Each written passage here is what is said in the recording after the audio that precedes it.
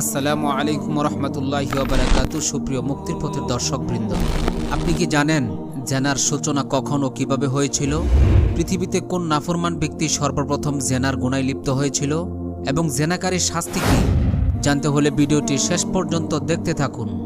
সুপ্রিয় দর্শক, মানবজাতির আদিপিতা হযরত আদম ও মা হাওয়া আলাইহিমা সলাতু ওয়াস সালাম জান্নাতে শয়তানের ধোঁকায় পড়ে নিষিদ্ধ ফল ভক্ষণ করায় আল্লাহ তাআলা তাদের উভয়কে জান্নাত থেকে দুনিয়ায় নামিয়ে দেন।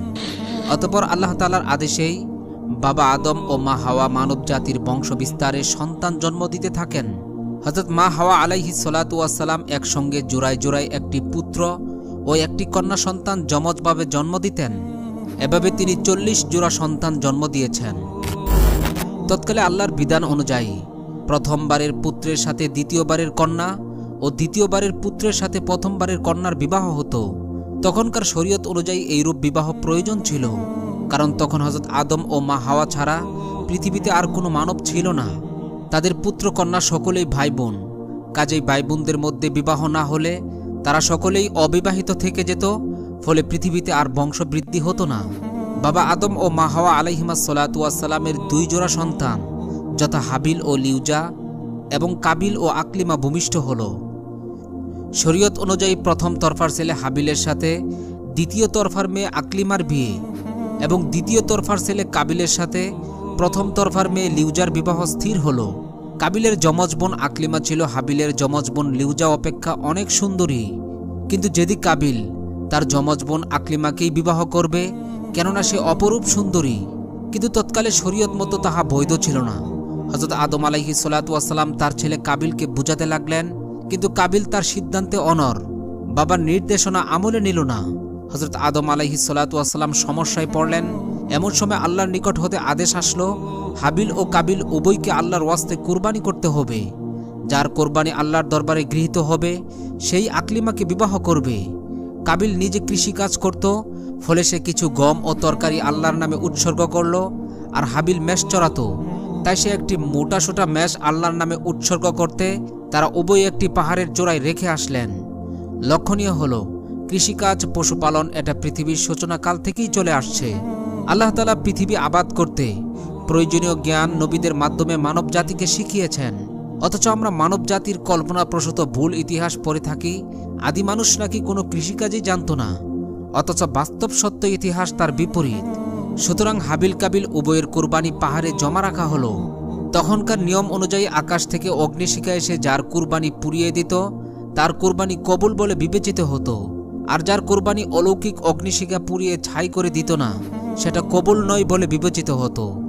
নিয়ম অনুযায়ী একটি অগ্নিশিখা এসে হাবিলের মেষটাকে পুড়িয়ে দিয়ে গেল, আর কাবিলের ফসল ও তরকারি যথারীতি পড়ে রইল। কাজেই হাবিলই যে আকলিমাকে বিবাহ করবেন তাহা নির্ধারিত হয়ে গেল। হাবিল ছিল সহজ সরল প্রকৃতির এবং ধর্মপ্রাণ, আর কাবিল ছিল শয়তানের অনুগামী হিংসুক। কাবিলের কুরবানি গৃহীত না হওয়ায় তার মনে হিংসা উদ্রেক হল। সে এতটাই উত্তেজিত হয়ে পড়ল যে ক্রোধের বশবর্তী হয়ে কাবিলকে হত্যা করার মনস্থ করল।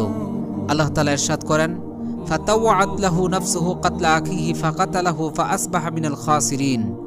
অতঃপর তার অন্তর তাকে তার ভাইকে হত্যার প্রতি উদ্বুদ্ধ করল এবং সে তাকে হত্যা করল, ফলে সে ক্ষতিগ্রস্তদের অন্তর্ভুক্ত হয়ে গেল। এটাই ছিল পৃথিবীর ইতিহাসে সর্বপ্রথম মানব হত্যা। হাবিলের হত্যার পর কাবিলের মনে ভয় হলো যে পিতা জানতে পারলে ইহার কঠিন বিচার হবে, তাই হাবিলের মৃতদেহ কি করা যায় বা তার লাশকে গুম করা যায় কিনা তাহা চিন্তা করতে লাগলো। সুপ্রিয় দর্শক, আজও হত্যাকারীরা সেম কাবিলের মতোই কুচিন্তা করে থাকে।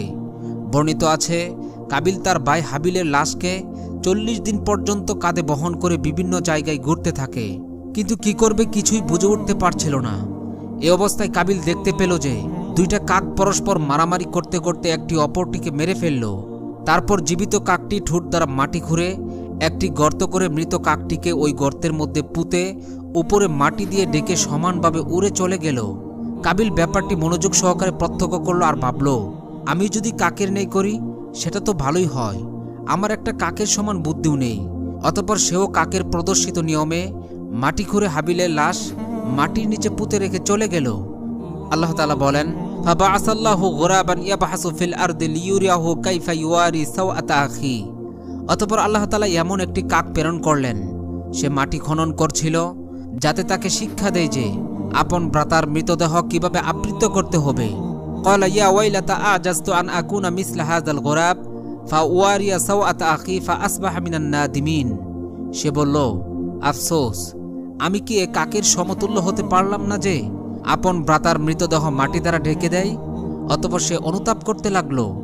সুতরাং উক্ত নিয়মে স্বীয় ভ্রাতার লাশ গোপন করে ফেলল, আর সে নিজে খুবই লজ্জিত হয়ে গেল।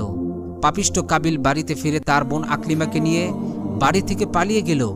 এদিকে বাবা আদম আলাইহিস সালাতু ওয়াস সালাম হাবিলের নিহত হওয়ার সংবাদে ভীষণভাবে দুঃখ পেলেন। তিনি নিখোঁজ হওয়া কাবিল ও আকলিমার সন্ধান করল, অবশেষে তাদেরকে খুঁজে পেল না। আল্লাহর অবাধ্য নাফরমান কাবিল তার যমজ বোন আকলিমাকে নিয়ে জঙ্গলে চলে যায়। শয়তানের প্ররোচনায় উভয়ে জিনায় লিপ্ত হয় এবং তারা শয়তানের ধোঁকায় অগ্নিপূজা শুরু করে দেয়। তারিখের বর্ণনা অনুযায়ী কাবিল ও তার যমজ বোন আকলিমাই সর্বপ্রথম পৃথিবীতে জেনায় লিপ্ত হয় এবং তারাই সর্বপ্রথম প্রকৃতি পূজা শুরু করে। এদিকে হযরত আদম আলাইহিস সালাম দীর্ঘদিন কান্নাকাটি করেন। অবশেষে আল্লাহ তাআলা কাবিলের পরিবর্তে একটি পুত্র সন্তান দান করেন, যার নাম হলো শীশ। মহান আল্লাহ তাআলা তাকে নবুয়তের সুমহান মর্যাদায় ভূষিত করেন। হযরত আদম আলাইহিস সালাতু ওয়াস সালামের হায়াতে জিন্দেগি শেষ হয়ে আসলো। তিনি তার সকল পুত্র কন্যা ও পৌত্রদের ডেকে পরস্পর সমভাবে এবং সৎভাবে চলার উপদেশ দিলেন। তিনি বললেন, তার মৃত্যুর পর শীষ তার প্রতিনিধি হবেন। তার উপদেশ মতো চলার জন্য সকলকে পরামর্শ দিয়ে চিরবিদায় নিলেন। আদিপিতা হযরত আদম আলাইহিস সালাতু ওয়াস সালাম ইন্তেকালের পর হযরত শীষ আলাইহিস সালাতু ওয়াস সালাম তার প্রতিনিধি হলেন। সুপ্রিয় দর্শক, জেনাকারী ব্যক্তি যদি অবিবাহিত হয় তাহলে তাকে 100টি বেত্রাঘাত ও 1 বছরের দেশান্তর করতে হবে। আর যদি সে বিবাহিত হয় তাহলে তাকে রজম তথা পাথর মেরে হত্যা করতে হয়। আর অবশ্যই এ শাস্তি জনসম্মুখে প্রকাশ্যে কার্যকর করতে হবে। এটা হলো তার দুনিয়ার শাস্তি।